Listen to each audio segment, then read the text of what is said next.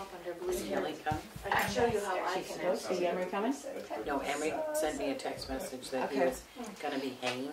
It being 6 o'clock, we're going to call the Selectmen's meeting to order. Any changes or addition to the agenda?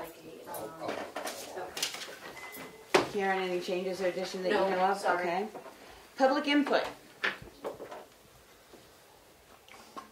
Hi there, this is Maureen Diamond. No, hang on a minute. Just wanted to let, Go ahead, Maureen. this is Maureen Diamond. Just wanted to let you know that I noticed, of course, the speed monitoring sign on Page Hill Road, and I sent a little email to Chief Littlefield to thank him and Road Agent Roberts for that. And, of course, the proof is in the pudding, so I'll look forward to his report to you when he has some data to report. Thanks very much. Okay. Any other public input? Is this about transfer? Recycling project? No, that's under new business actually. Oh, thank you. But you're up because we don't have any other public input. Okay. Hi. Afternoon. Thanks for allowing us to provide some information with what we're continuing in the Tamworth recycling. It is working. What 9 prepaid mail bags of sneakers have gone down to Miami, Florida, which is the national clearinghouse for sneakers, where they then resend to other parts of the country and in other countries even also. Divided into several categories. If they're wearable, they'll be reused. And I think what the best thing that we found out for ourselves is that if they're not wearable, they don't throw them, excuse me, they don't throw them away, they don't throw them in the trash. They recycle the sneakers, grind the sneakers up, mix it in with a substance, and put it in as a base of your playground and recreation areas. So the dead sneakers that were going into a hillside are not. And so we're really happy to be a part of that. The amount of money that we're receiving back is very, very minor. But to me, it's the idea that we're able to provide to the people in the town of Tamworth enlightenment to me, as well as to hopefully other people, that we can recycle stuff that we think is useless into something that is useful, and it's less trash. Will Green Mountain be presenting something once the year is up about what because the money is being as a donation to them, will they be presenting a report or something regarding those funds that they're receiving back? I don't know, I'll ask them. Good question. Yes. At least in the town report. Yeah, the Green Mountain Conservation Group that we are associated with on this particular project is related with 6 or 7 local towns. And again, where we sent 9 bins, I'm sorry, 9 bags of sneakers, almost 90 pairs of sneakers, 150, 160, whatever number of sneakers. We got $34 to the Green Mountain. So to me, that it isn't the money, it's the fact that we can recycle, we don't have to add to any of our landfills, we don't have to pay to have it delivered to our landfills. That to me is the big thing. Us is the big thing. Any other questions, please? No. And I could just add, yeah. And you have, excuse me, and I had sent earlier today, Yep. you received that. Yep. Thank you. Thanks. Can you just introduce Yes. yourself? Sorry. So this was That's Dick. Dick Lennon from Tamworth Recycling Project, and I'm Maud Anderson. And on behalf of the Recycling Project, I would like to thank the board for its support of the Brett School mural project at the transfer station, which Ellen Farnham had presented to you at the meeting on June 24th. So the idea is for the Brett School students to work with their art teacher, Angela Driscoll, to create a new mural for the transfer station, hopefully to be unveiled spring 2022, maybe in time for Earth Day. Since June, representatives of the Recycling Project and Jessie Dubuque, who's the school liaison with Arts Council, have been meeting with Angela Driscoll to continue the planning for the project. And at this point, we have two requests. The first is that we'd like to ask the board for permission to mount 2 or 3 small test panels at the transfer station this fall, so we can see how various paints and materials will work for young students, first of all, and also so we can assess how they'll hold up in New Hampshire weather. If we can experiment with these test panels, then we can make a more informed decision when it's time to order all the materials for the mural itself.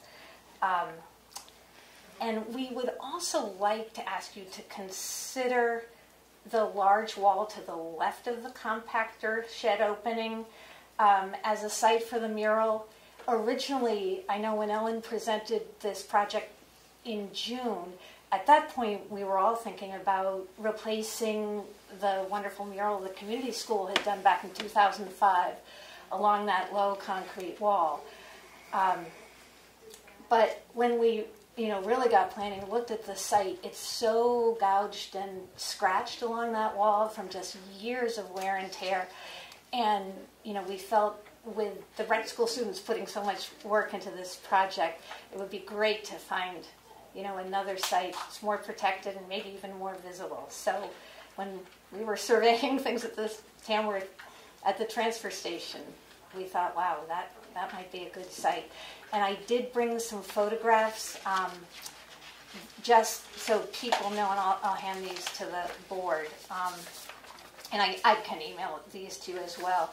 But the top photograph, it just shows a section of the wall and how gouged and scratched it's become. And then the bottom photograph, shows that wall of the shed. We wouldn't, necessarily need to have the mural covering that whole wall. It could just be mounted and cover a section. But I thought I would. You can email them if you want. Okay, if that's just fine. I just wanted everybody just to have a clear picture of what we were talking about. And I had sent a letter on Tuesday to all of you. Did you? Yeah. That has more details. But the idea is that this time around, the students would be creating the mural at school. I mean, both for safety reasons, for COVID protocols, and just to really have good collaboration among the kids with their art teacher and community volunteers. It's so much easier, really, more feasible to work in panels that you would, in the classroom, that we would then assemble together. So with all that work, we're hoping we can find a really good site. So we really... Have you talked to Glenn about using the left side of that actually, Willie Farnham, who also works with Tamworth Recycling Project, he talks with Glenn regularly and had spoken with Glenn, and he said, bring it to the board. Okay. So we are doing that. I don't mind having, I'm going to speak on my behalf. I don't mind having a test panel down there. I'm not sure that left side of the building is the proper place to do it. I really, because this was originally planned for the wall. Right. That's the first thing. The second thing, I don't know if you're aware or not, but there is a Tamworth Improvement, Tamworth Transfer Station Improvement Committee. Yes. And if their plans go through, I'm concerned that these panels may be a little premature because they're going to destroy that whole area down there. Basically, if you look at the plans, there's a change of everything down there. Well, what we were actually considering, because we've been doing lots of research, but is doing the murals on panels of something called parachute cloth or polytab, which is, a fabric that can then be mounted on plywood panels. And so you could kind of picture a mural just mounted on plywood panels that could go up on that compactor shed wall and then be remounted. My concern is that you would have to come down for a period of probably 1 to 4 years. That maybe we ought to look for somewhere else in that area that those panels would be able to sustain themselves to stay up even during construction. That's just my, I hate to have them mounted and then you have to pull them down and nobody sees them for 3 years because it takes 3 years to complete a project if it's approved. Yeah. Maybe we could just find an alternate location in the interim. But that's such a good question. So we need to think about that. No, the recycling project is, Yeah. I mean, I'll make a motion that I have no problem putting up a test panel at the transfer station Yeah, to so see the how public it'll can hold up through the forward, winter. Yeah. With Glenn's permission if he wants it put on the building, but I would prefer to see it on the wall. That's my motion. Second. Can we divide it? Can we make it 2 motions? Well, I I'm don't know. saying, if Glenn allows them to put it up on the building, then that's I just don't fine. think the panel of canvas is going to hold up as well, like up against the pavement and the plowing and the snow and the. They're just doing a test panel. They're just doing a test panel, Okay. so best to put it at its worst conditions to see Well, that how would it holds probably up. be it. So. Yeah. All right. Anything else? Are they gonna still connect this with, I thought when Ellen was here, it talked about Wheat paste. flour paste Wheat or paste. something that they Well- were gonna use. That was our first thought, but we've been doing lots more research with Angela. So that's- and that we may do a test panel with that, but we've also found another product that many muralists are using. There's so many murals going up all Yeah. over the place, and there's a lot of new technology. There's something called Nova Gel, but anyway, All right. we're That was working just on my it. question. Thanks. That's a good. Any other discussion amongst the board? Okay, roll call vote. Street, yes? It's yes. Ricker, yes. Mason, yes, it passes. You can put up your 2 test panels, preferably on the wall, but if Glenn will let you put one on the building and one on the wall, that's fine. Okay. Thank you. Thank you very much. Alrighty. Moving right along, CIA technology presentation. Now I have a question because, did you have a presentation too, David? I will prepare it. Okay, so you're on. I'm on. I think we're having trouble with the internet. And I And don't know I why think it I may can't. have, Did the TV freeze? yeah, oh, I wonder if, I'm connected, so, I think the TV's freezing again. it's working, it says I'm connected to the TV. this is what happened. That's my screen right there. Okay. Oh, it But is. it's not keeping up, it's not, I'm moving forward here and it seems It's like it's not locked up. out. I was having the same trouble trying to get Zoom up there Can today. it be like Um, refreshed or something? Or? Let me disconnect Maybe and there's too connect to many it. phones on the Wi-Fi. This is a 15-year-old kid who could teach.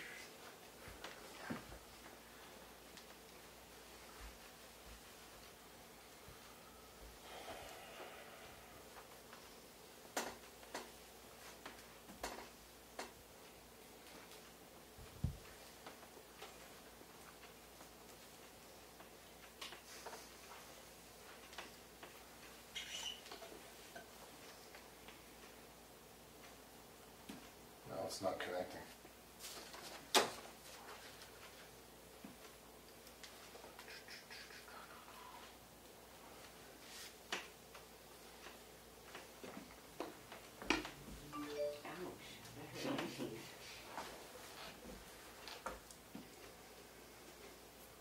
Do you want to set up your projector? Maybe that's the best thing to do, just to, Yeah. because now it won't connect, I mean, obviously it was connected, but now it's not connecting at all. I was having the same trouble. Let's try this again. Yeah, we're on Zoom, so. Aaron, can I ask you a favor? Yeah, it's not connecting. Yeah. So I will, if you take a minute to set up my projector, is that all right? Yeah, we can go on to, Yeah. we can move through. Can I slide this table over and project there? Yeah, we'll just move the microphone or something. I just need someplace to set my projector. Why don't you have another table? I can drop your car. No, we can set that on. Oh, thanks. Maybe on the other one. Right. I think you can stay on this. I just need- Will that reach?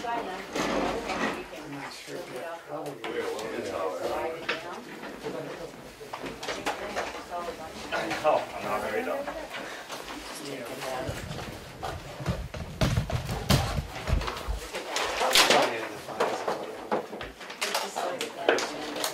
We may not be able to get it up. I can call 911. There.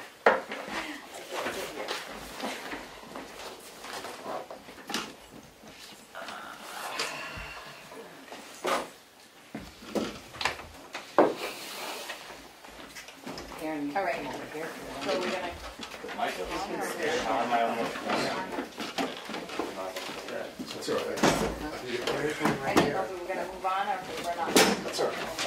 No, she can move on if she wants. What do you say? You want me to do the update? Yeah, you want to say it update? Okay. Bank balance is $3,655,546. Richard talked to me yesterday where they're going to be chip sealing on Gardner Hill Road and Turkey Street tomorrow. We rescheduled with Bruce Knox for next week for the transfer station improvement discussion. And I'll be having some department heads come in too. I emailed you the vacation request for an employee. Yep. Any thoughts on how to schedule that? I don't think it has to be answered tonight, but just to keep that in mind. At the end of September? No, it was No. 18th through the, Yeah, Like September middle to 15th the- through October 15th, Yeah. just the weekends. So we've got a couple of weeks to figure something Yeah, out. we've got Okay. something we can try to come up with. And then the public hearing to accept and expend the ARPA money has been scheduled for Thursday, September 16th.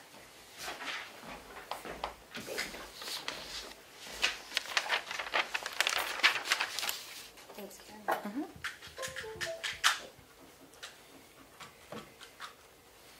okay.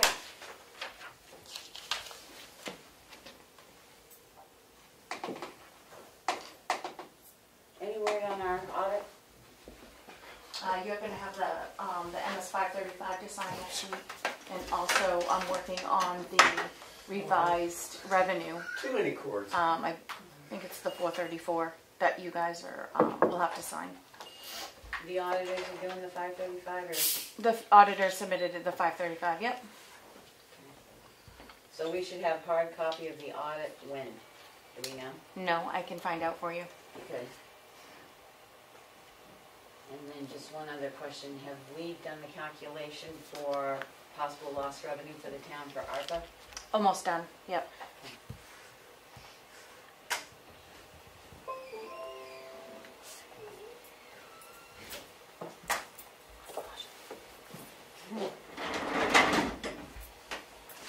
And let us know when you're ready with that.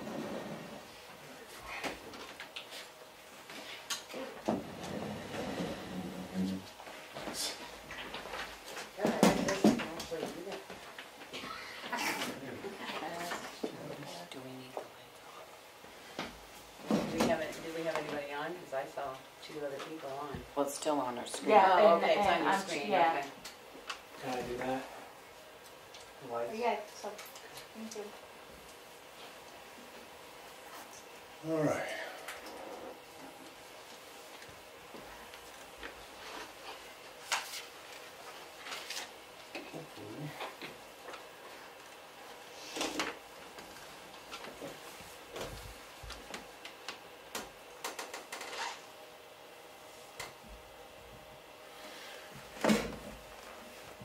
Okay. Is that clear to everybody or is it blurry? Looks good, we didn't have to read it. It's a little bit cocked, but That's okay. you all right with that? What is it? So, first of all, thanks for giving me the opportunity to come here. I'm Franco Rossi from CAI Technology. I'm the president of the company. We've been providing mapping services to the town for, I don't know, a long time, 30 years maybe, something. 92? Is it 92? Thank you. So almost 30 years. We had provided proposal for two separate proposals. One is to recompile the parcels so that they are spatially accurate, more accurate, and one for our Access GIS web service, which I think is what was driving the other project. I'm not sure how you want to address this meeting. Do we want to get into the questions about the mapping first, or do you want me to dive in and show you what the GIS solution is all about? I think you and I have seen the other. Would it be better to bring up our concerns and then you can address them as you go through the...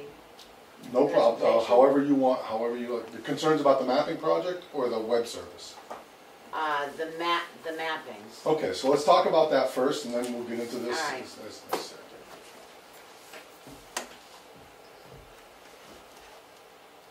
Oh, You got concerns? well, yeah, because our maps, I'm going to refer to David every once in a while, but I have your email.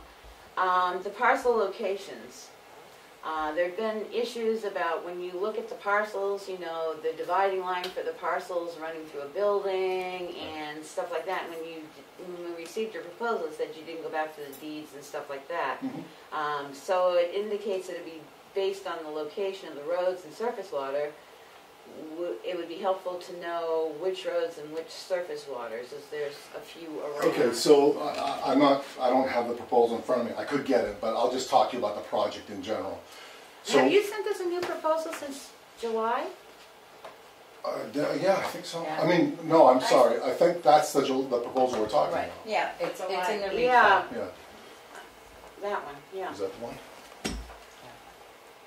Mapping JS development. Yeah, okay, so that's what we're talking about, the same thing. So, this project, when we did the original mapping project, all the record research was done. We got copies of every survey that was ever recorded for the town, we read deeds for every parcel, and we compiled it. The challenge, of course, is that it was done with a USGS base map. There was no custom planimetrics, so that to be more spatially accurate. That decision was made at that time purely because of costs. So many towns were doing mapping on USGS base maps at the time because it met the needs of the time. You know, fast forward 30 years, the needs are very different. The maps are being used for very different things. So since all that record research was done, and it's continued to be done going forward because we've been maintaining the maps for you, we believe that an approach that recompiles without having to do all that record research is an efficient way of approaching it. Of course, it's always better to get all the plans again, get all the deeds again, and recompile everything. However, we got many projects that have proven to be very successful by using the data we have on the tax maps to recompile that onto the more accurate base map, which would be the ortho imagery, which is scale accurate. So we'll use the road, the actual location of the road, to recompile the road limits. We'll use physical evidence that we can see on the aerial imagery: stone walls, fence lines, buildings, water, brooks, streams, etc. And we'll use to help control how we recompile everything. But we will use the data on the tax maps, the dimensions on the parcels, to help compile those parcels. Okay. So does that answer your initial question? So you won't have property lines going through buildings. It won't exist as a result of that, because we'll know that property. Well, I suppose there could be a situation where a property line goes through a building. I don't know if that exists. No, we've got a couple that one part of their building's on one town side and the other one's in another town. Yeah, okay. But right now, when you look at the mappings and stuff, we do have lines that run through centers. Sure, and that's because your existing maps were done with a USGS base map, which is far less accurate than what you're overlaying it on the aerial imagery now. So to correct that problem, it was included in that quote. Correct. Okay, this is what we're... Yep. Same thing with lot size. There's a lot of prevalent problems with lot sizes that are different on tax maps and on the tax cards. Yep. So are you going to try and match those? Because what we're finding is the tax cards record what the deeds say, but the tax maps don't necessarily show that. Right, and you shouldn't be putting deed acreages on it. You should be using the map acreages.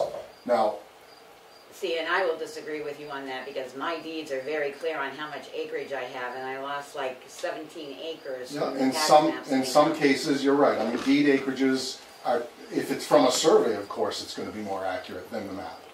But presumably, we've got that survey and we're putting that on the map, so that hopefully there's no discrepancy there. But if there's no survey, the key is, are the lines plotted accurately? And there's the challenge, right? Because you're plotting lines on a USGS base map. While it's better than nothing, it's not as accurate as what you can do today. So what I would propose is this project is recompile everything, use all the same dimensions, use the same acreages to start, and then provide you with a list of here's what the acreage is that's written on the tax map. Here's what the acreage calculates to as it's plotted, and here's the acreage in your CAMA. And then there's got to be an exercise to go through to determine how you resolve that. Okay. Okay. And this, as a result of this project, you'll get that list and that comparison. Because as you're right, I mean, when you recompile it on a more accurate base map, it's going to result in acreage changes, or potential acreage changes. So will it correct the problem where we do have 82 lots that don't have size labels, and then there's also a lot of lots that have two different size annotations, both by survey and by calculated? Yeah. The first part, the only reason there's no annotation on the map for an acreage is because it didn't fit. So the standards at the time of the mapping was if it's a small lot and you can't fit the acreage in there, the first thing you drop off is the acreage, and it's in because that's in the database elsewhere. If you use a leader to lead it in and there's room, you put an acreage there. So it could resolve those, or if that was a concern, we could make sure that any place, that every parcel does have an acreage on it, and we use a leader where necessary to do that. Okay. The second part of your question, the answer is I don't know, because I don't know what the result will be. When we recompile it on a more accurate base map, we may find out that there's not a discrepancy anymore between the calculated acreage and the surveyed acreage. Right? Would we also get a list then if we redid this, that the calculated acreage is different than the surveyed acreage, and therefore we would again work to determine which should be the accurate? Yeah, well that shouldn't be the case. So your surveyed acreage, it'll be the surveyed acreage on the map. The only time you see both on your current maps is that the discrepancy is so large, there's something going on. Either we felt the survey acreage wasn't accurate, or it was just a mistake, or there was some other reason. I'd have to look at the specific thing. But remember when we recompile it now on a more accurate base map, I don't think it's likely to solve the problem you're describing, but theoretically it could solve the problem, but I can't promise it will. It will significantly improve the spatial accuracy of all the parcels on the maps, but it won't necessarily solve every problem that exists right now. If you have areas, for example, where two surveys are in contention, I don't know if you have any of those in Tamworth, I don't remember off the top of my head, but sometimes you have abutting surveys and they overlap. I can say for a fact, and they both claim part of that. Well, that's not going to be resolved by this. No, I know, I realize that. Okay. But yes, I'm one of those people that lost 17 acres real quick on it. Somebody else's survey had it resurveyed, and I've got, no, this is your true acreage. So but yet on the tax map it shows a much lesser amount of surveyed area. That's fine. Yeah. I just wanted to see.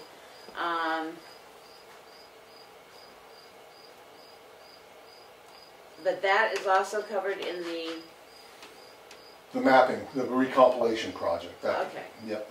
All right. I'm sorry, that. What do you mean that? This whole calculation. Everything we're talking about, giving you that calculation comparison. Is in the quote that you gave us from the 27th. Yes. Okay.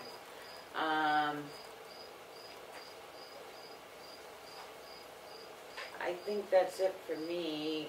I'm going to ask David, because I'm reading your email. Does that answer a lot of your questions, or no? Well, I'm not at all clear how this is happening. So when you say roads, which roads? All roads. Town roads, private roads, class 6 roads? When you say roads? Any place we have data for, yeah. So if you look at the tax map, there's a road network, there's private roads shown, there's right-of-ways shown. So all of the things that you see on the tax maps now will reconcile to what's available on the aerial imagery. I guess and just because I have some specific examples, which if I can't use that screen, it's going to take me a while to set up a different projector to show. There's some that I guess I've just been from Missouri. I would have to see how you're going to move lots that are so far from where they should be. Well, we're going to recompile them. We're going to actually recompile those lots. We're not going to just shift and move and rubber sheet or stretch or anything like that. We're literally going to recompile the parcels on the good base map. So it's almost like starting from scratch. You're not Without going the to take record the maps research, that yes. we have. You're Exactly, but going to use the aerials Yeah. and I can show you, we can go to a specific town, I can show you. You know what, would you like me to show you a town? I think that we have one up there that has the old parcel fabric and the new parcel fabric exactly from what the project we just described. that probably would help us look a little bit to see what's going on. I hope it's still there. But we did this project for Lisbon.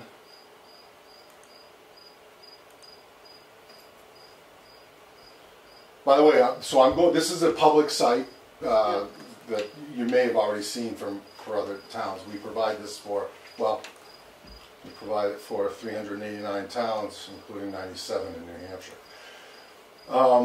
So if we zoom in, let's go down here. The parcels to come on.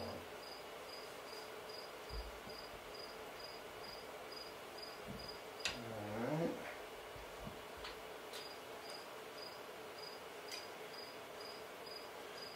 Where's that layer? Oh, you know what? I think I have to log in as a staff user. It's not the old property lines are not available to the public.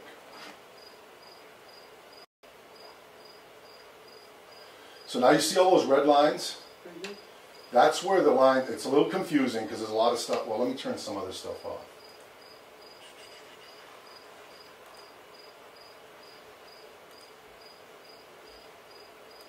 So the red lines are the old lines. I'll turn the aerial imagery on.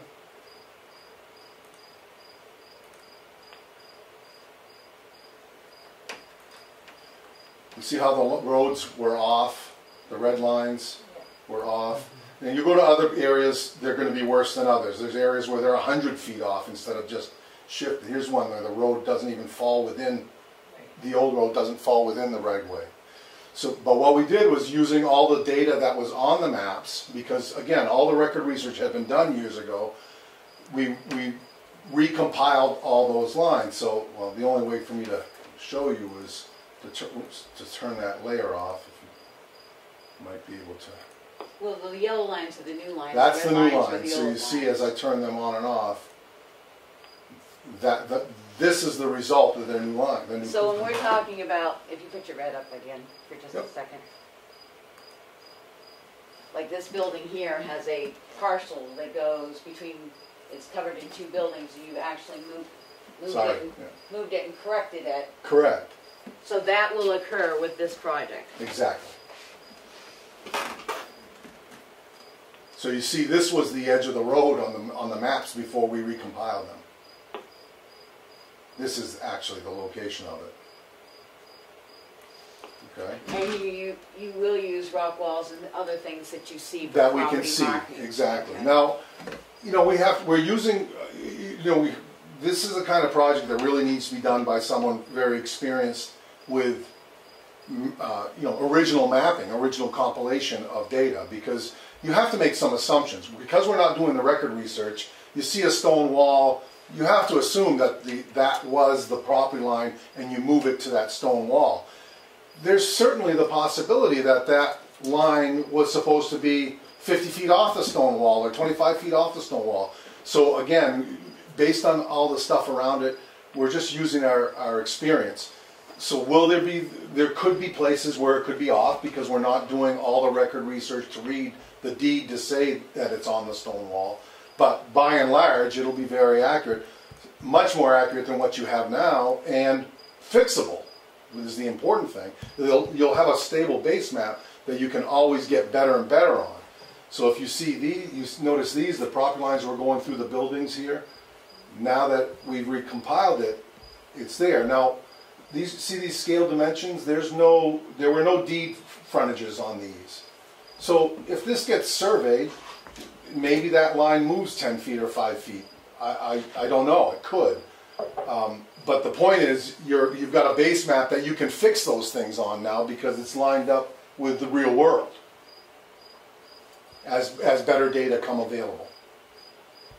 I have a quick question. Sure. So in a more rural area where there's more trees covering rock walls and all this stuff like Tamworth is, what's, how do you go about doing that? What's the, what's your method there Yeah. versus a more, urban area like that? Yep. So if you get outside of Lisbon, as you can imagine, there's some very rural areas.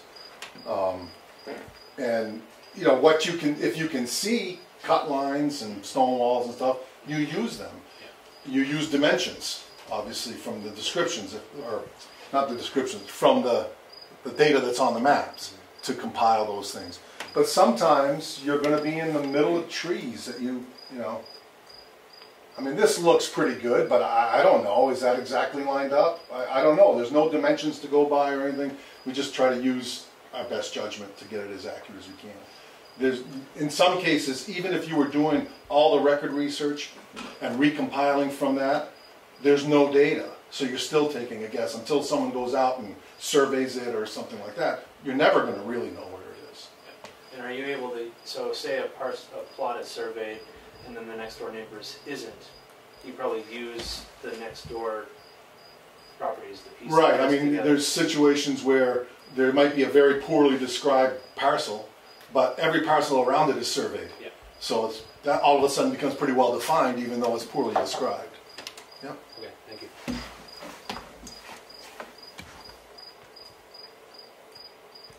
Does that does that address your question about how we, well, not how we do it, I mean, but the results of what we do? So I guess my question is, when was the when you started in 1992, was that when the deed research was done? Yes. So that original mapping project involved, as I said, reading all the deeds, getting a copy of every survey that was recorded at the Registry of Deeds, and plotting them. Again, the challenge was you're plotting it on a USGS base. And we all know that the accuracy of the USGS base is what, 66-foot accuracy, something like that. So it could be off in opposite directions by 120, 130 feet. Where at least that's what it was at the time.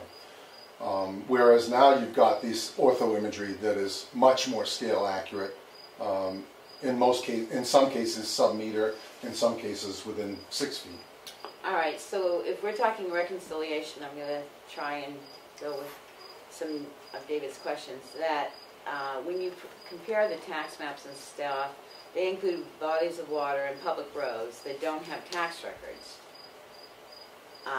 But yet we have 34 tax map parcels that do not have tax records and 18 tax records that have no matching tax maps. So will that also clean up with this, or no? No, not likely, because those are link errors that exist. So I can't tell you what those link errors. Well, I'm going to show you.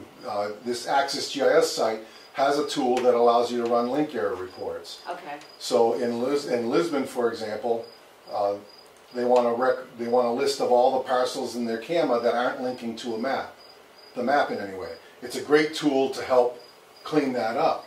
They've got 32 out of 1,300. But we could run that out of the report, and then we could figure out why isn't it linking, or pay you additional to have you figure out. Yeah, there's no pay additional if you figure out. Sometimes it could be a typo. It's in your CAMA as 13.1, and it's in the GIS as 13.01. It doesn't know that it's the same lot.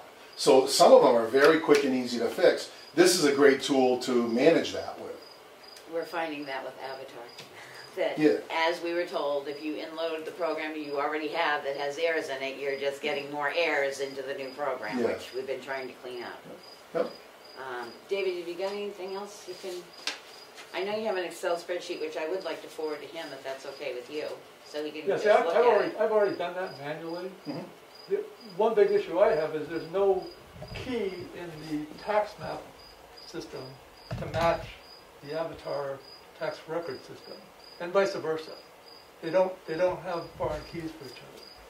So and I'm not sure what you mean by key. You mean a common link? It's not a common field. There's map, lot, subdivision number. They're stored differently, and there are inconsistencies.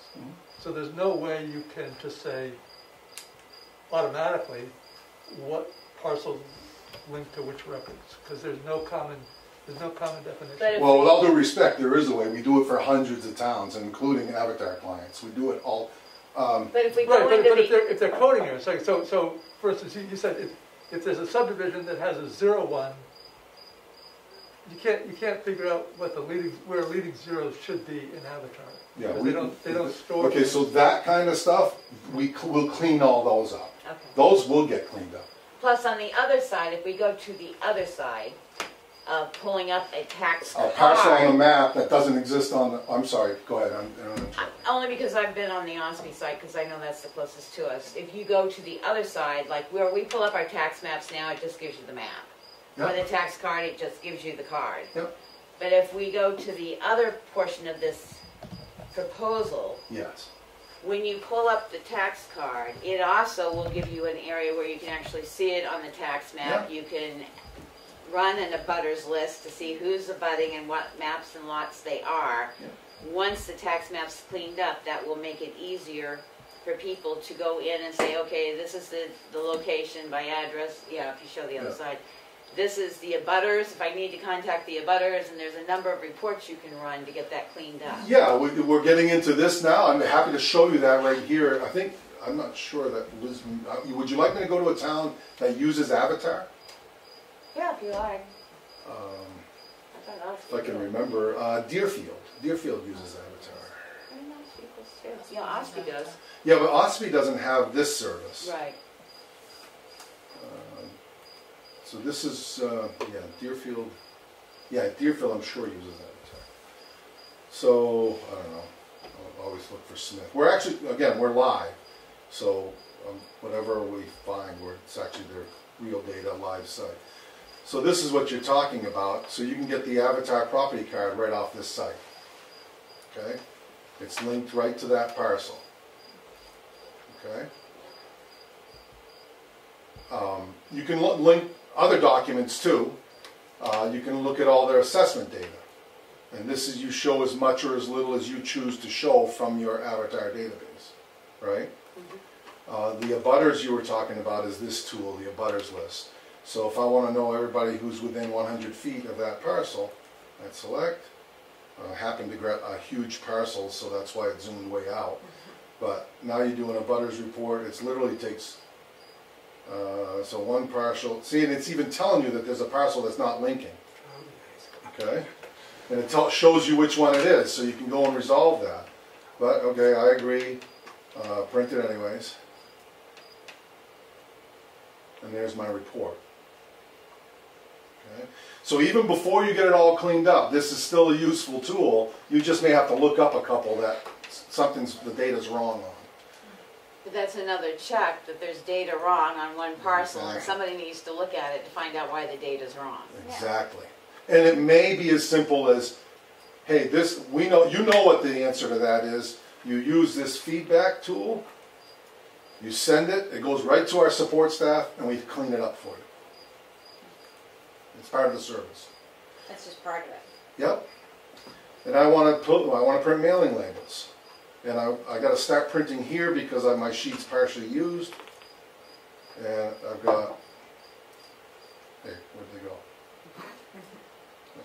Oh, it's asking me the same question. And there's my mailing labels.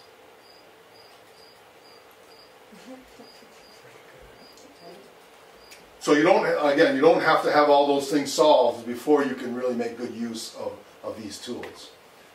We jumped into a lot of this before I even talked about what this really is. I know, because there was so many. And I don't want to waste all your time. The maps, but yeah, that sure. was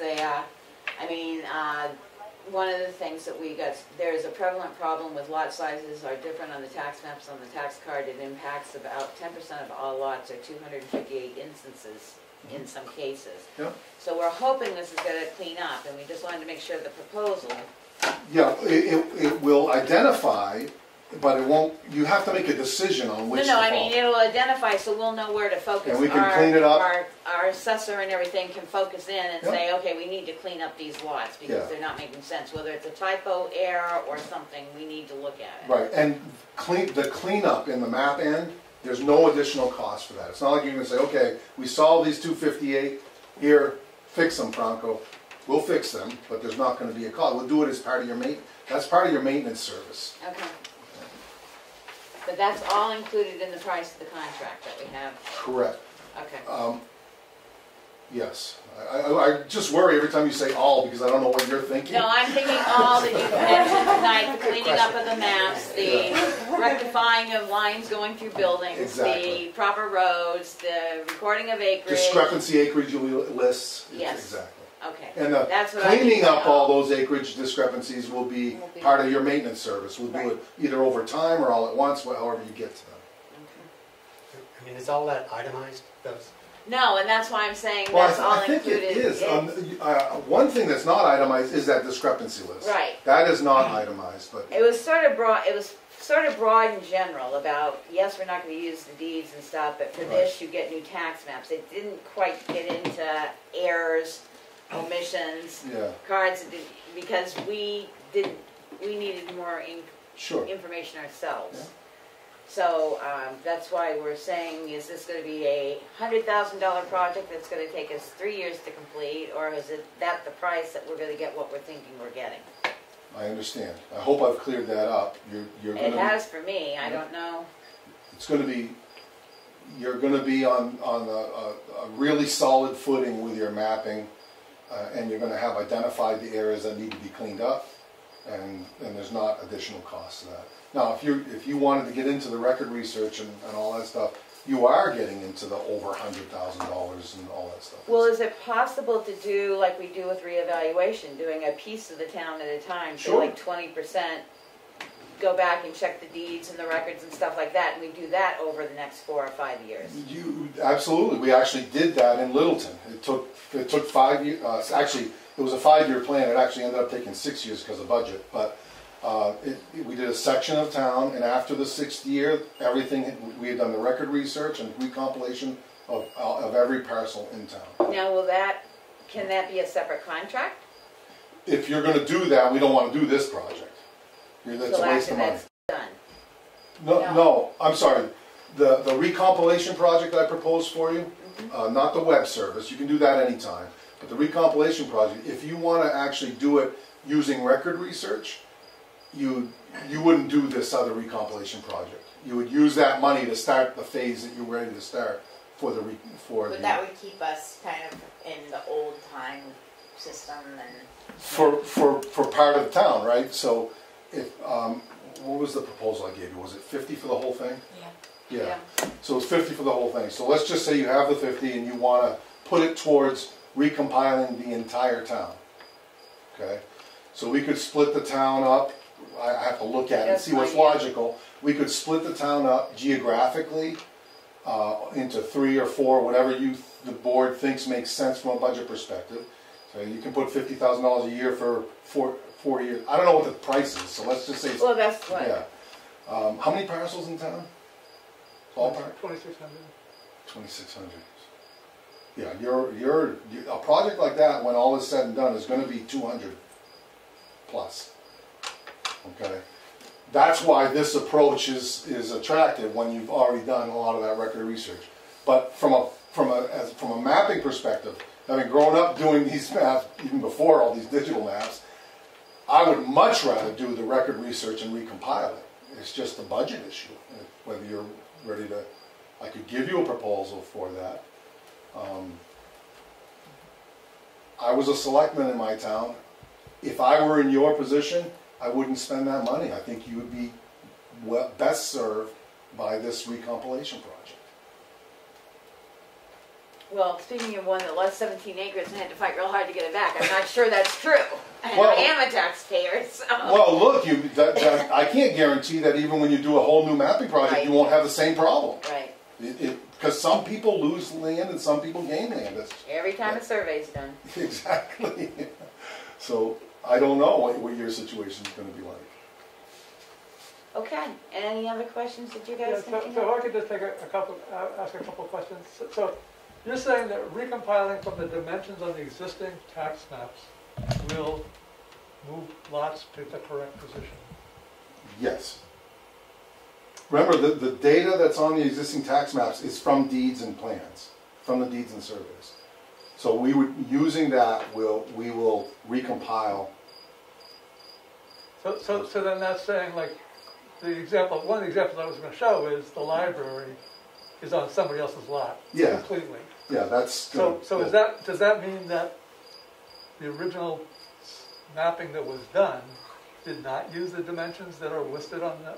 No, it means the original mapping that was done on a USGS base map, which didn't have the control that you're overlaying that on the ortho imagery now, that has much better ground control than the USGS map had when the original maps were done. That's all that means. We used the dimensions and tried to make it fit, but you've got a base map that you can't, you can't. It's not going to line up. It's impossible. So the dimensions were used before, and again, remember, going back 30 years, the tax maps were being done for a much different reason. So we're essentially taking the data that was researched back then and subsequent data, because we read deeds and new surveys came in. We're taking the data and we're recompiling it on the accurate ortho photo. And that description for the library is going to be on the library lot. It's not going to be distorted by the USGS anymore. And when you say you're going to look for stone walls, are you going to use LiDAR to look for the stone walls? No, we're going to compile on the ortho imagery, so what's visible on that.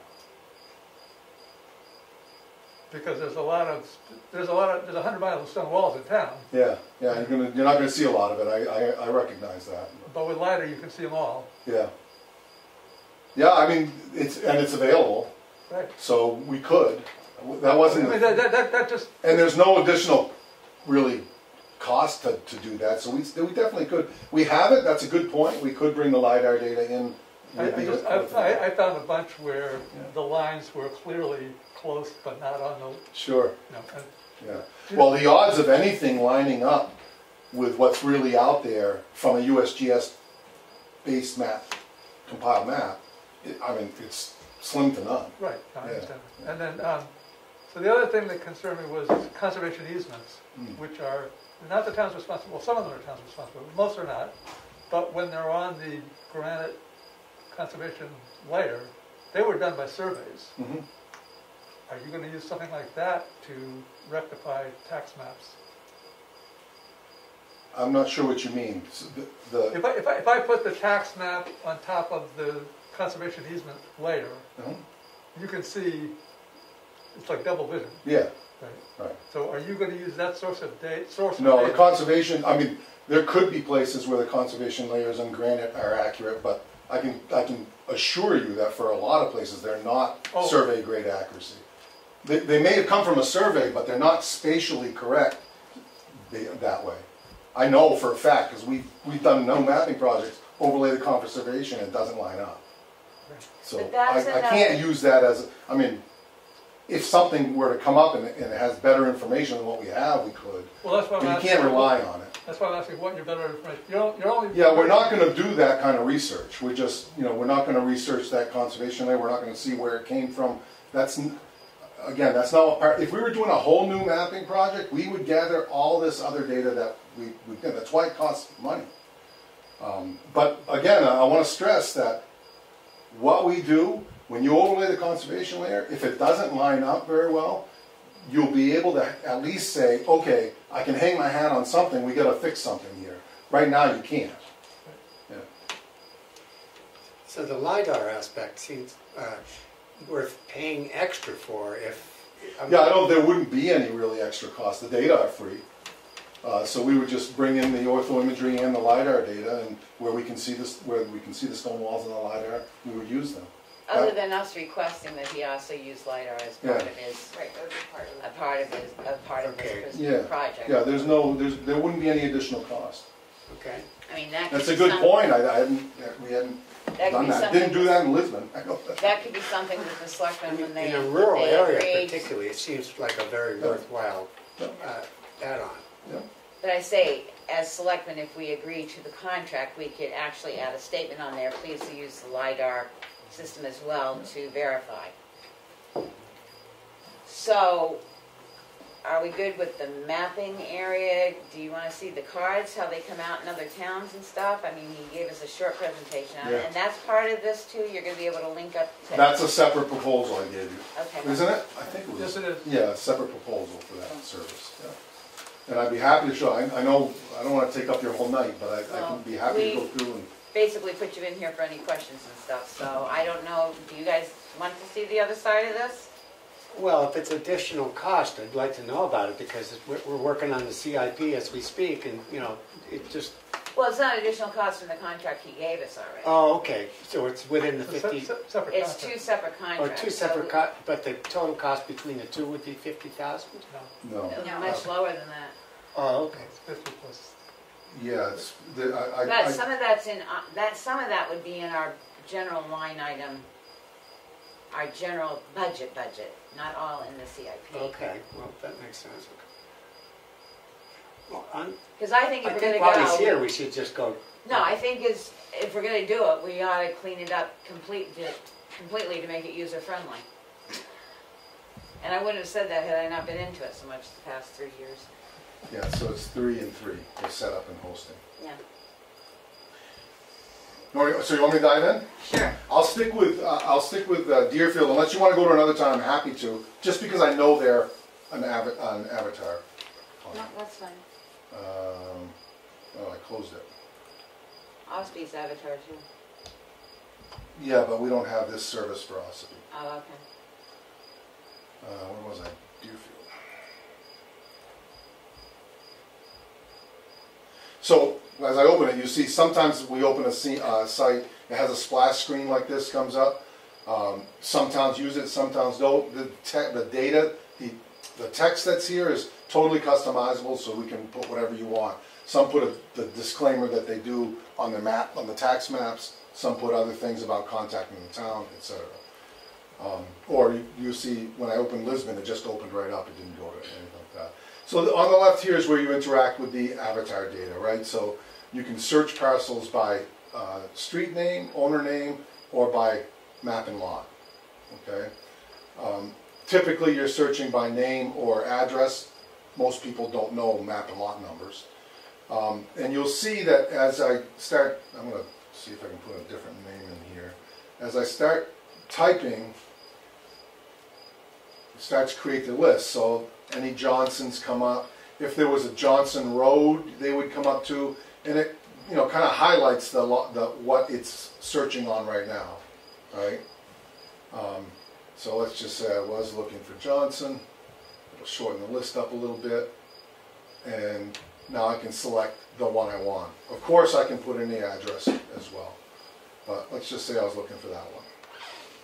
Zooms to the parcel. You'll see as we zoom in, data come on and off. Those are zoom thresholds. As I zoom out a little bit, all the data turns off. Okay, it would be illegible anyways. But to be honest with you, finding a zoom threshold that everybody's happy with is next to impossible. So what you can do is go into the layers, and there's a layer here that says tax map text visible at all scales, so that when I zoom back out, it'll stay on. Okay. I'm going to turn it off. Let me go back in here. This box comes up. This is a parcel I was looking for. I showed you before that they've got the Avatar property card.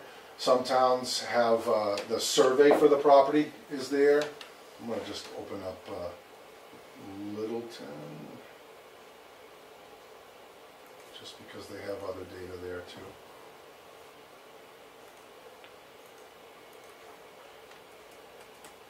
They don't use Avatar, but so I just zoom to our office, and you can see they also have, they use Vision. They also have the plans scanned and linked. Okay. Some towns have deeds. You can really link anything. Is I guess the point I'm trying to make. Okay. Selected the parcel. I showed you the abutters list already. Oftentimes abutters are direct abutters. Our solution to that is putting a 0 in there. So when you hit select, it only gets the parcels that touch. You know, I'm going to do this with a different parcel just so it's a better indication of what I'm talking about. So if I do an abutters list for that, I hit select, it gives me just the parcels that abut it. Now direct abutter is across the street as well. So there's this add remove tool that says, okay, I want to add that one. And just because I'm a little nervous about my mapping, I'm going to add that one too because it's really close. So you can add and remove lots to your query. Now if I had, sometimes some solutions you say, okay, put in 100 feet and they'll get you across the road. But of course that may get you lots that you shouldn't be getting too. In that case, you'd have to remove those lots like this. Okay. I showed you the abutters report. We didn't spend time looking at it, but subject parcels at the top, then it lists the abutters. Okay.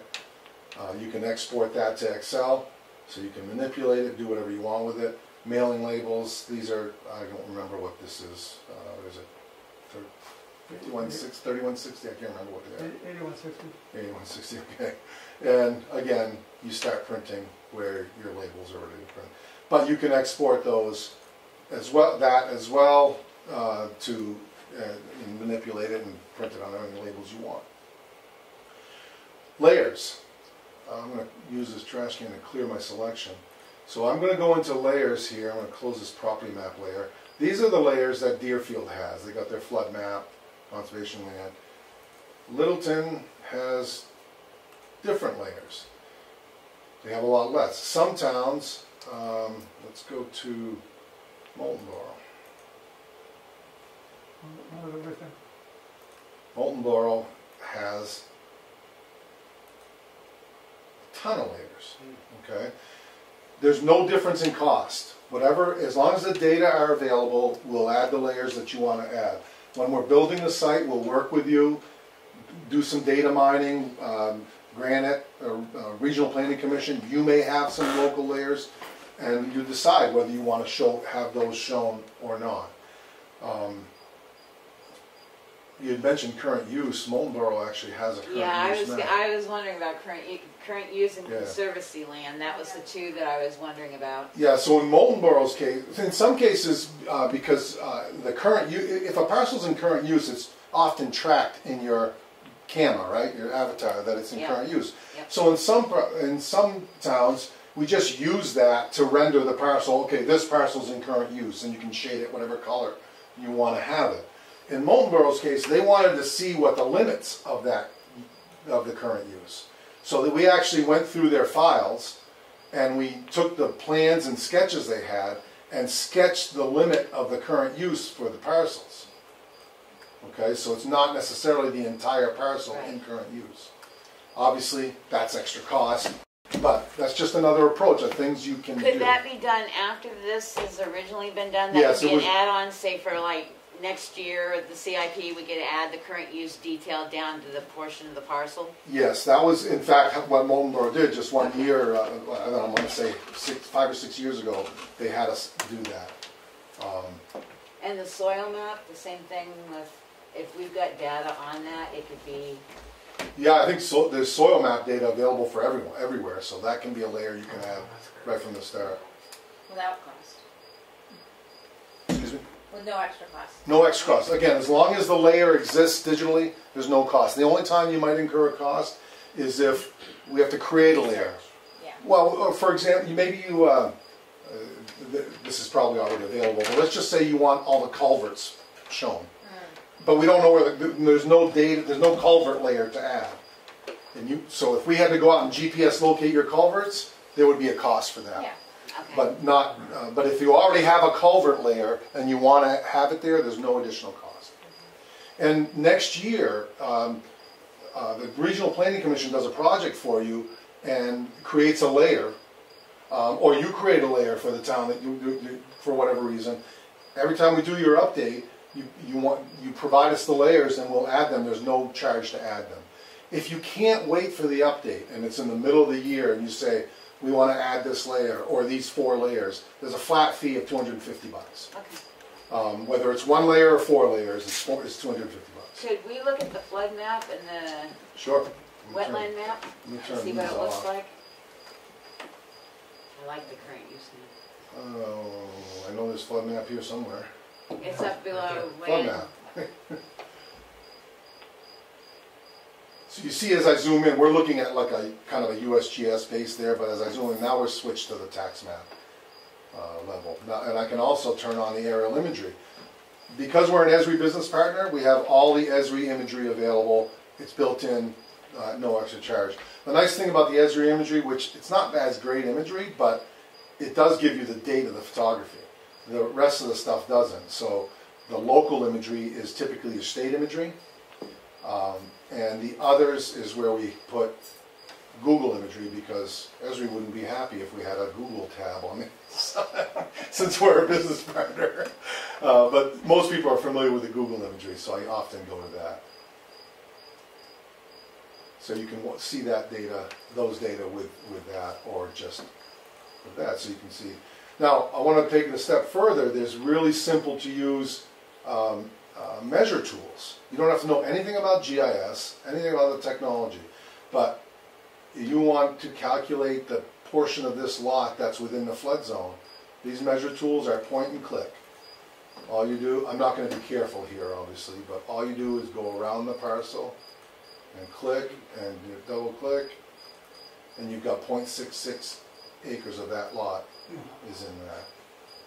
You can measure in square feet, you can measure in hectares if you want. But so that's a great tool when you start talking, when you get to the point where you have acreage discrepancies between your CAMA and your maps. That's a great tool to use just to out of the gate, because you can say, okay, maybe there's just a mistake on the map. This is calculated. How accurate was it calculated?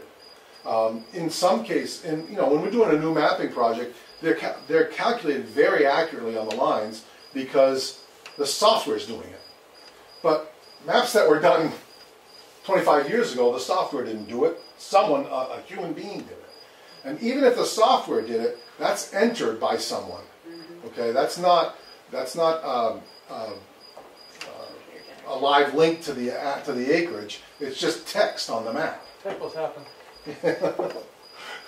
So you can measure that. You can also measure distance. This line doesn't have a dimension on it, must not have been available. It measures 142.6.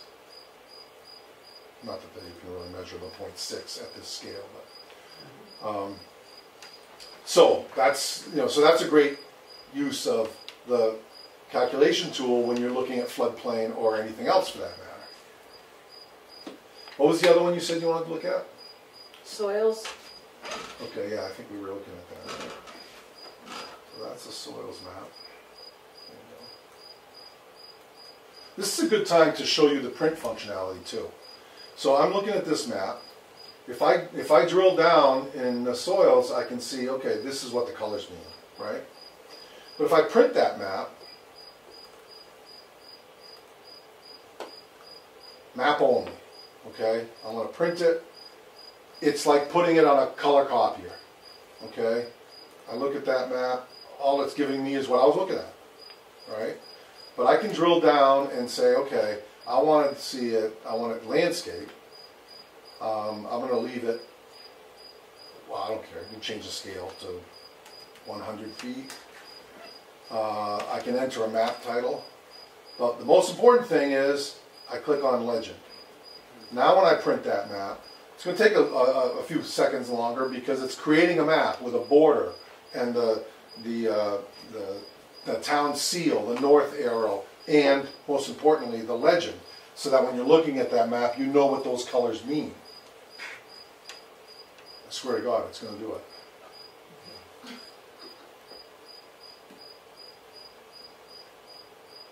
But that cricket is perfect for this. It's all right. Usually I can talk long enough before it, there we go.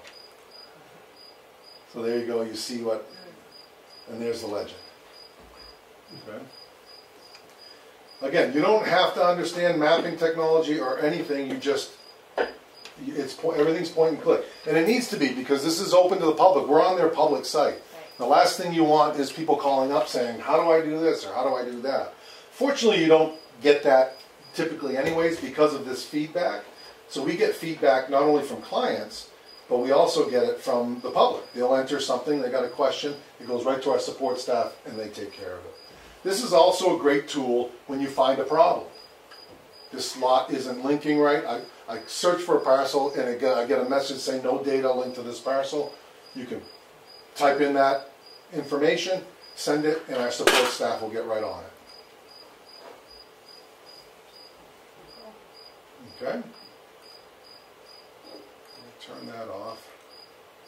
And I'm going to move on. There's drawing tools. Let me go to, let me clear this out here. Let's go back to Deerfield. I think we were there for a reason. So there's drawing tools. Let me find a.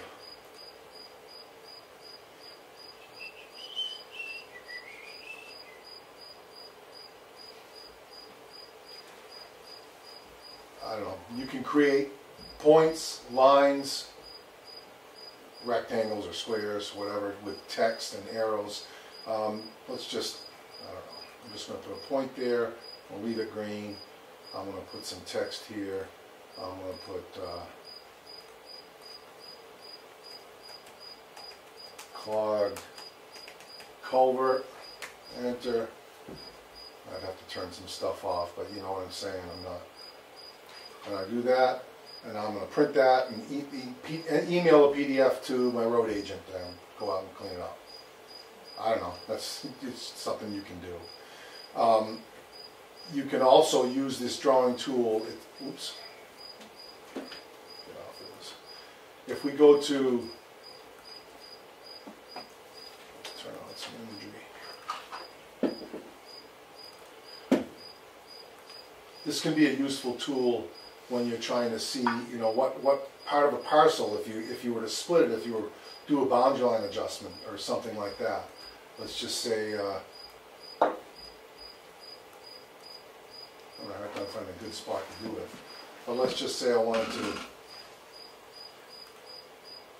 draw a line from here to here, and I want to say, what does that calculate to if I were to do a boundary line adjustment? So that's 12 acres. So I want, this person may want to sell to that person. Obviously, you're going to get a survey or something like that, but this is a good for planning purposes, a planning tool to evaluate that type of stuff. I showed you all these various base maps. I didn't show you all of them, but I showed you that there are all these base maps. Whenever, I think there's going to be new imagery available from the state this fall. So we'll automatically, next time we update the site, bring the new imagery in. These are simply areas of interest. They're like bookmarks that they wanted to set up and say, okay, I'm going to the fire station without having to do a query. Let me turn the imagery off. So you can have as many of these bookmarks as you want. Spruce Pond. Obviously it's zoomed out so you're not seeing as much data, landfill, etc.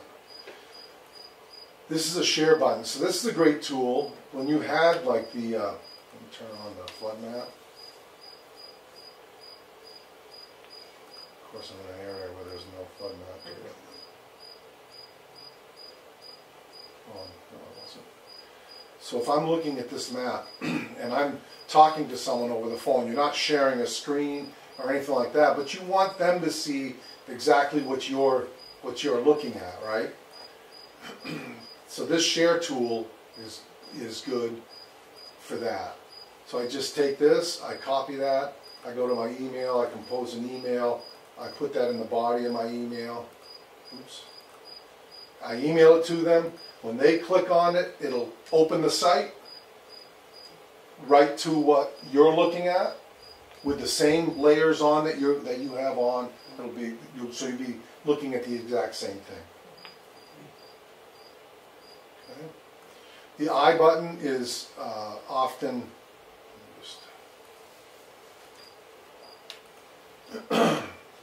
this I button is the identify tool. You notice that's what I do when I click on something. You have to have that active.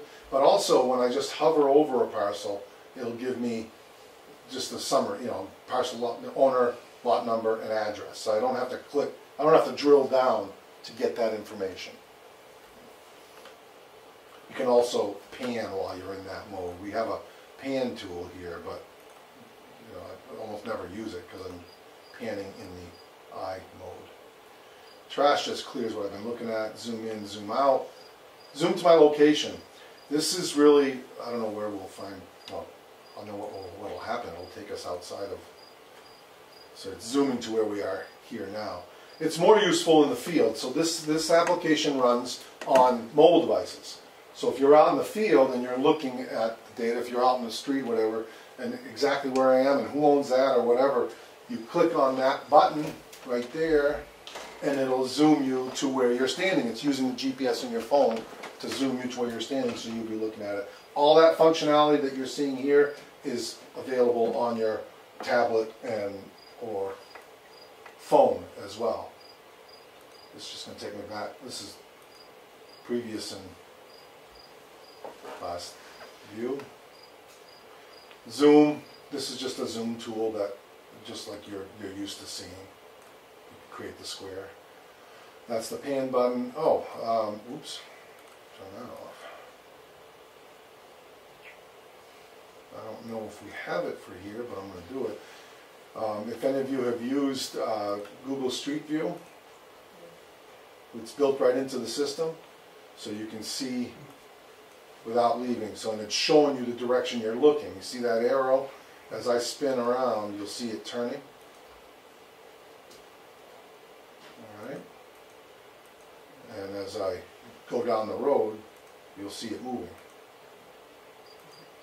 It's just a good way to keep you grounded, so you're sitting in the office and you can still look around. Now, it's only as current, obviously, as the Street View imagery available, but it still can answer questions and solve issues from time to time.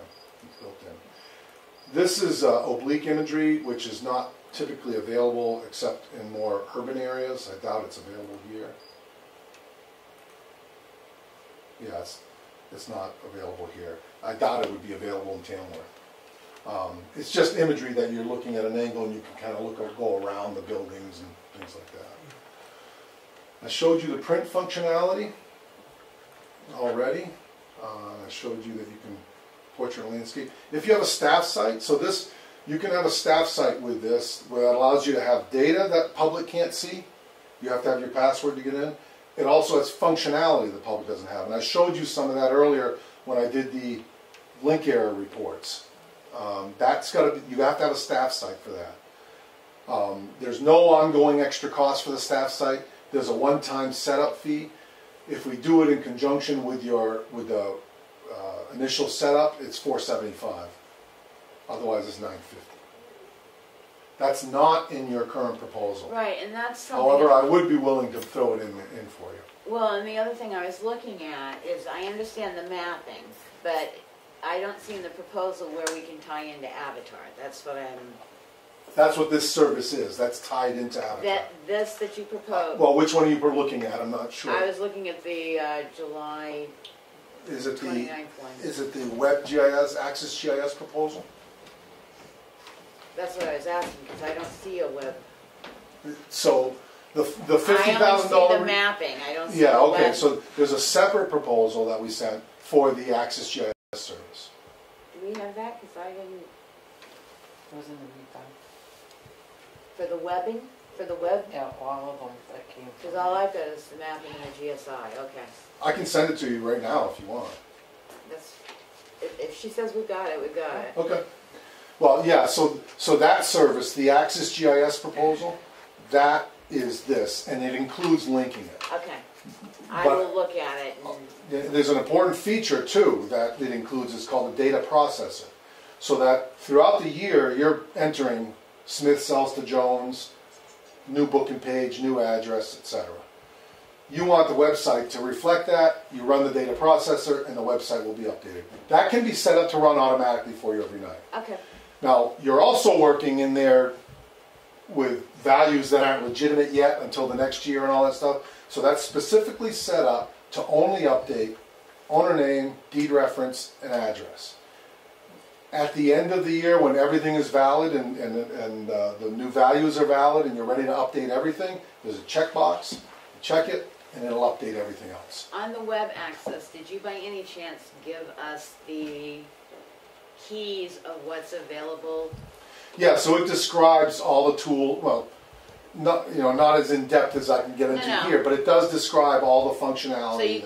No, I mean, like, if you want the flood overlay, if you want the soil overlay, so like you said, it's cheaper to do it right at the beginning than doing it. No, the overlays, they're included. Whatever you want, they're included in the price. Do we have a list of overlays that are available, or are we just ask you, and if it's available, you put it on? Yeah, so when we contract, then we start digging for layers. Okay. We know some things are available, right? You know flood. Well, there's some areas where flood data is not available, right? But you know there's certain things that are available. Okay. But I can tell you right off, if you ever go to the granite site, any of those layers, of course, those can be included. Okay. I don't know if the Regional Planning Commission has layers that haven't made it to granite. I don't know if the town has layers that haven't made it anywhere else. Okay. Alrighty. Any other questions? So, once you make an agreement, what's the time frame for having all this available? The web service, this service here, we like 90 days from the time of contract. In your case, we could do it with your data that you have now, but I think you'd want to wait until the mapping recompilation project's done. So I think that project is was it a 4 or 6 month turnaround? Yeah, I think it was 6. 6 month turnaround. I think 6 was. We'd probably get it done before that, but so this would be within 90 days of that being done. All right, so what I need to do is bring the webbing portion. We have the mapping portion. We had that in CIP for this coming year. Right. I'll look at the webbing and see because it would have to be done next year after next year's budget. We have it on CIP for 2022. Yeah. But we just needed a rough estimate so we could make sure we have enough in CIP. Sure. But with calculated percentage of increase due to inflation and everything else. We'll hold our prices. It's not that old. I'll look at the webbing side of it as well to see what that cost is going to be before next Tuesday, Sheldon. That'd be great. Perfect. One thing I would like, I know I don't want to take up your time, but one thing I want to show you that I think is important is this help function. This is a feature tour where you can just click through and it'll show you what each tool does. Okay, but also there's the documentation. So this is an interactive PDF. So I can't remember how to do an abutters list. I click on that, boom, it goes right to it and shows you how to do that. I had to do that off Ospey's site because I couldn't figure out how to get the abutter tool to work. Because you think it's intuitive, but it's not quite as intuitive unless you're used to dealing with a lot of text maps.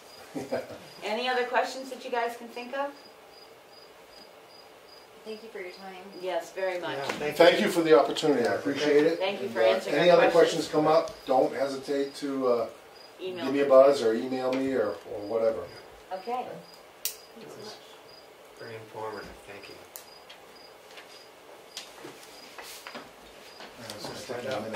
No, that's no problem. Oh.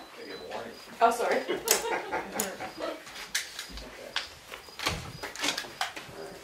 So we will be discussing it, and I'll be bringing the numbers to CIP, and we'll go from there. Sounds good. Thank you so much. You've answered a lot of my questions, by the way. David, did you get a lot of your answers, or no? I did, yes, thank you. Okay. Thank you so much. And Sheldon disappeared on me, so I can't. I'll talk to him at CIP. Do you mind if we continue with our meeting while you? No, I don't mind. I'm trying not to be in your way. No, you're fine. You're great, thanks. Okay. All right, moving on to the signature file. I don't know where the somebody put all the signatures in there on the signature file.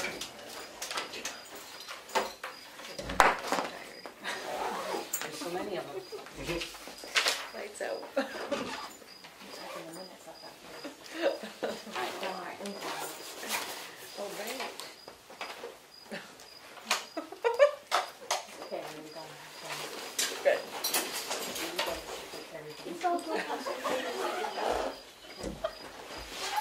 know you exist, but Everybody else can I gave you a list. I know, I got them. I didn't see a green card on all of them.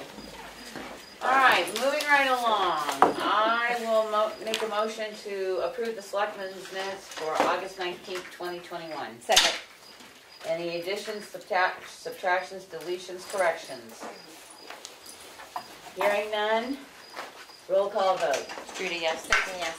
Berger, yes. Mason, yes, passes unanimously. I make a motion to accept the Selectmen's non-public minutes, Session 1, August 19th, 2021, under RSA 91A:3 to B, the hiring of any person or public employee. Second. Any discussion? These are not sealed. Any discussion, corrections, deletions? Hearing none, roll call vote. Judy, yes. Susan, yes. Berger, yes. Mason, yes, passes unanimously. I make a motion to approve the non-public minutes of August 19th under RSA 91A:32C, matters that discussed in public would likely affect adversely the reputation of any person other than a member of the board. These minutes are not sealed. Second. Any corrections, deletions, comments? Hearing none, roll call vote. Judy, yes. Susan, yes. Berger, yes. Mason, yes, passes unanimously. I make a motion to approve the non-public minutes, Session 2 of August 19th, under RSA 91A:32C, matters if discussed in public. These minutes are not sealed. Second. Any corrections, deletions, and revisions? Hearing none, roll call vote. Judy, yes. Susan, yes. Berger, yes. Mason, yes, passes unanimously.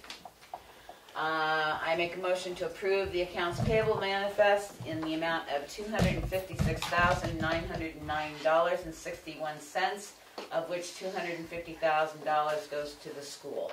Second. Any comments? Hearing none, roll call vote. Judy, yes. Susan, yes. Berger, yes. Mason, yes, passes unanimously. Combined cash used to date is $6,395,980.65.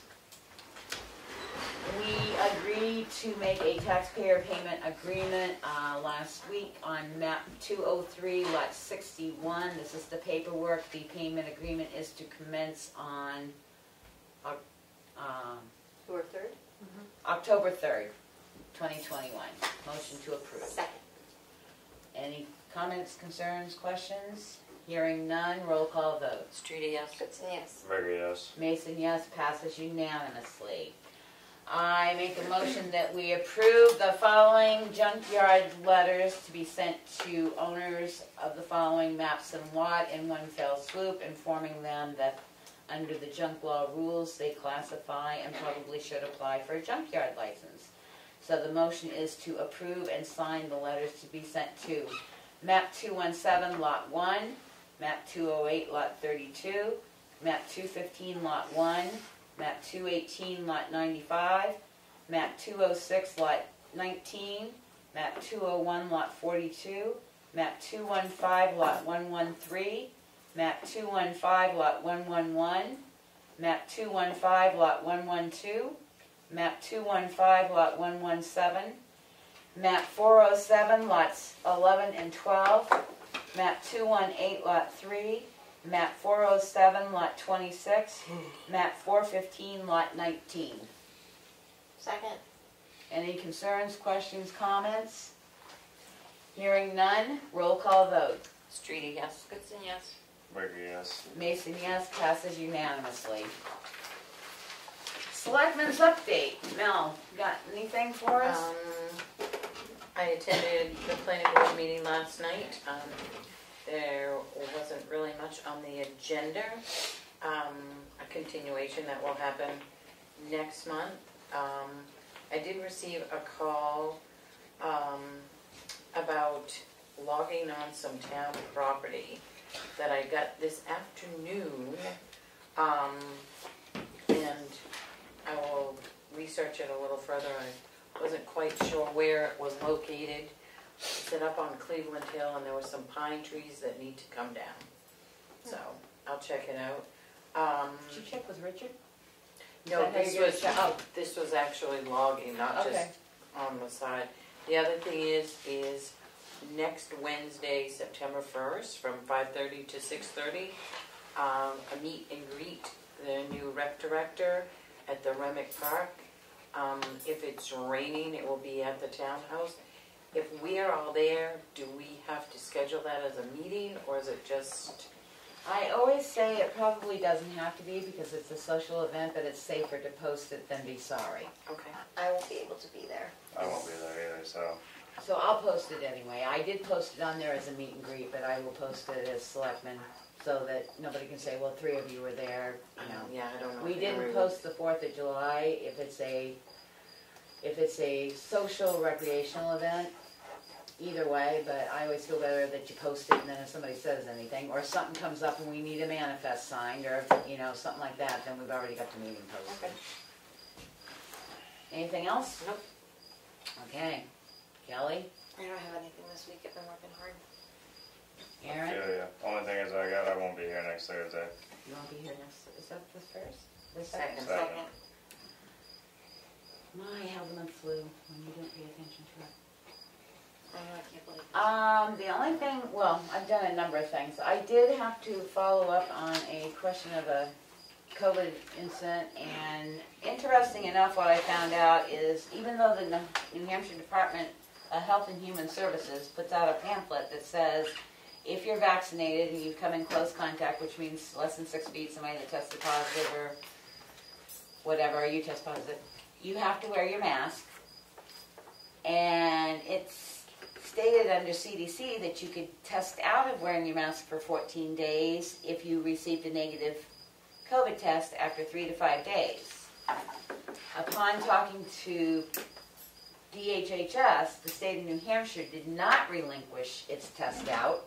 I thought it was under emergency orders that we canceled all that. So they're telling me that you cannot test out of wearing your mask for 14 days if you're vaccinated. But yet the pamphlet they hand out says you can test out. So I'm trying to get that rectified so we can clean up and finally get our employee thing.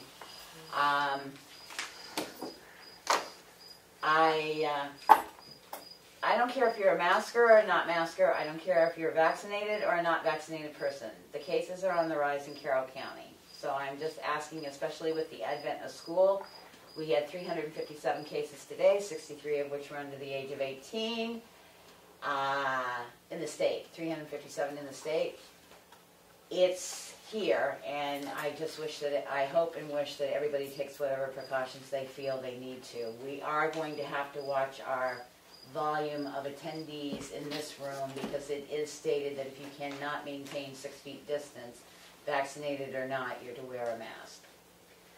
I worked with a couple other things that I'll be bringing up later on. The TSIC,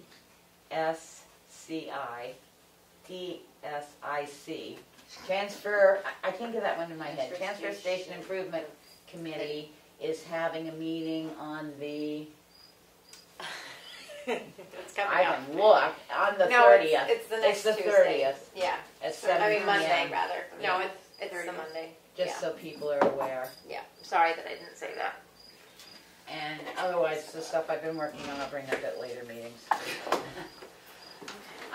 Public input. Any further public input? Hearing none. I make a motion that we go into non-public under RSA 91A:3(2)E. Second. Roll call vote. Streety, yes. Goodson, yes. Burger, yes. Mason, yes. We're in at 7:35.